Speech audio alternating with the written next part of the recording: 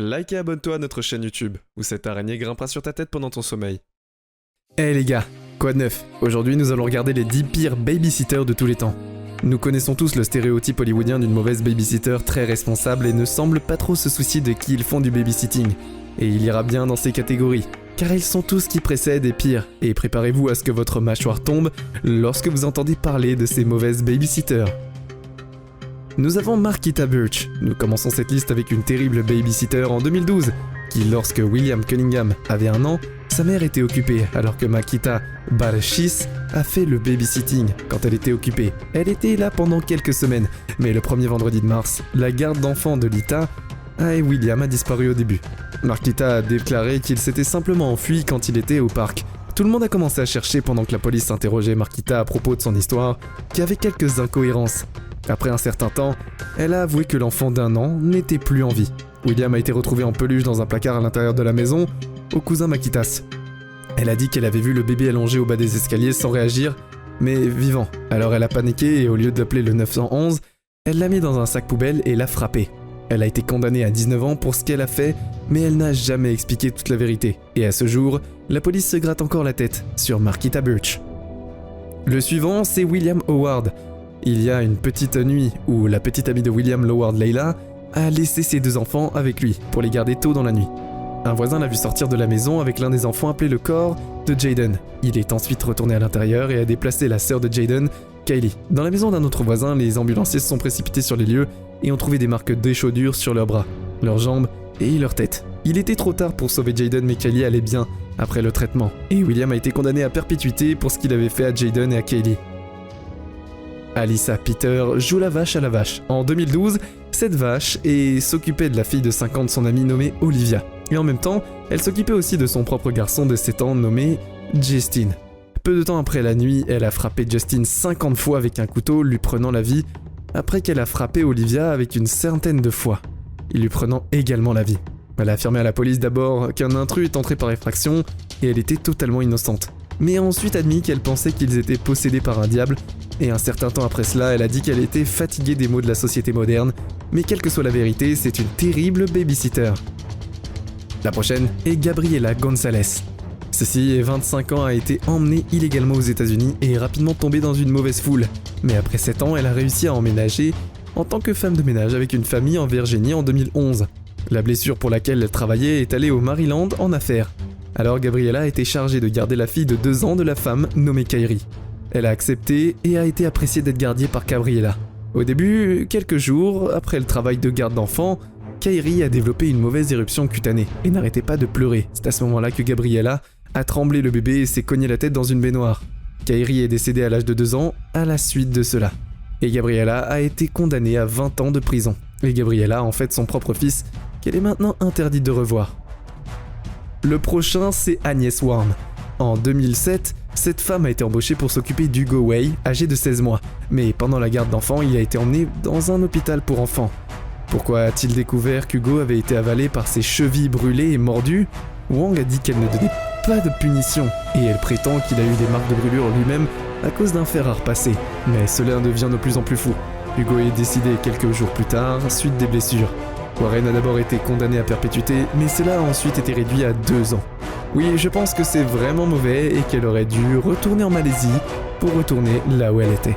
Ce qui signifie que Wang a en fait gagné de l'argent grâce à son terrible crime. Michael Plume. Il adore Elana Lemon et ses 2 frères de sœurs. Il n'était pas vraiment dans une nuit qui leur mère était et je me sentais pas vraiment bien et leur père travaillait de nuit. Alors ils ont emmené Michael pour garder les enfants. C'était bien au début. Mais Alana a disparu, et Michael a dit qu'il supposait qu'elle était partie se promener, mais elle n'est jamais revenue. Elle a disparu jusqu'à Noël, et c'est à ce moment-là que le FBI se sont impliqués. Ils ont vite découvert que Michael l'avait frappé à la tête et lui avait fait perdre la vie. Il a ensuite congelé son corps dans un congélateur pour des raisons inconnues, et pour ce crime bizarre et inexpliqué. Michael a été condamné à la prison à vie sans libération conditionnelle, et David McGravy est le suivant. La garde d'enfants de cet homme lui a valu le surnom de monstre de Worcestershire. David était sans abri depuis un certain temps, alors il a commencé à rester avec son vieil ami Clive et sa famille David. Le repas était ok et le babysitting en échange de rester là-bas avec une nuit de forte consommation d'alcool. David est retourné à la maison pour garder les 3 enfants, et tandis que Clive et sa femme sont sortis pour la nuit. Mais David est rapidement devenu enragé et a pris la vie des 3 enfants. Il a exposé leur corps sur une clôture pointue pour que tous les voisins puissent le voir.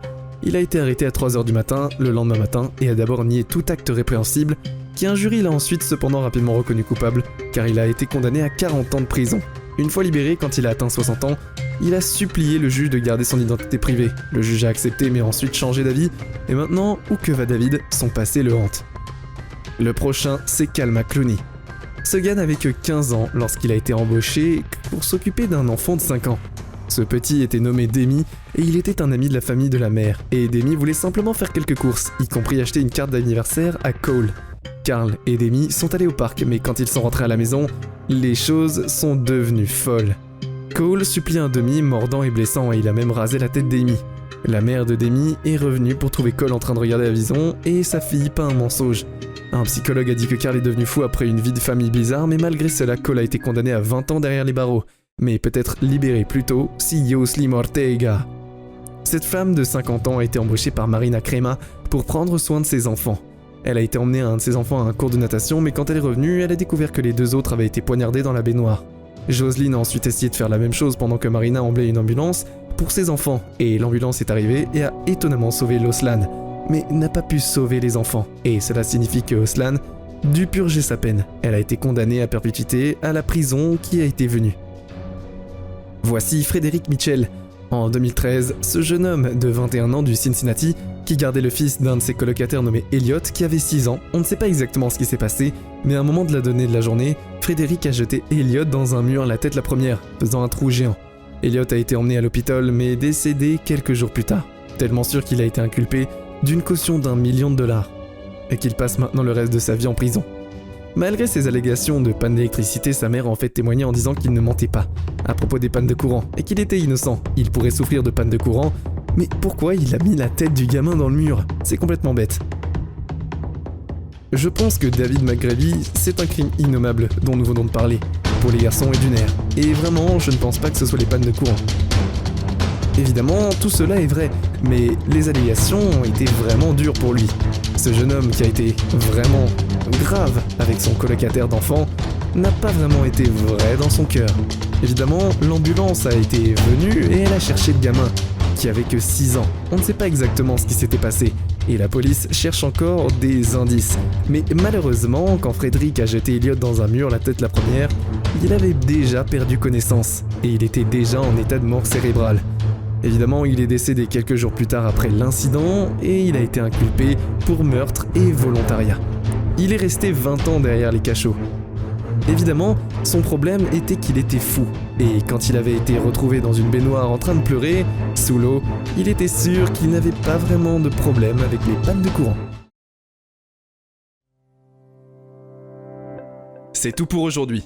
Nous espérons que vous avez apprécié cette vidéo autant que nous avons aimé la réaliser pour vous. N'oubliez pas d'aimer la vidéo, de commenter et surtout restez au courant de nos prochaines vidéos en vous abonnant et en cliquant sur la cloche de notification. Comme ça, vous ne pourrez rien louper du prochain contenu de la chaîne. Passez une belle journée.